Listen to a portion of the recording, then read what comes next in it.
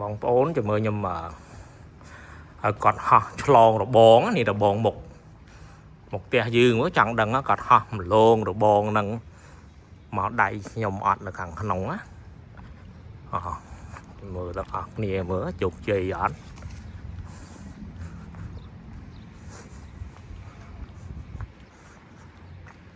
បេឡា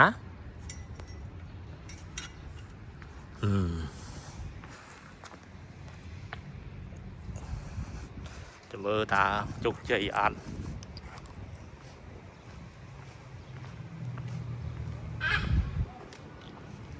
នេះរបងចង់ដឹងថាតើរបងនឹងគាត់ហោះរលងអត់ខ្ញុំចង់ដឹងហើយខ្ញុំហៅជួយឡា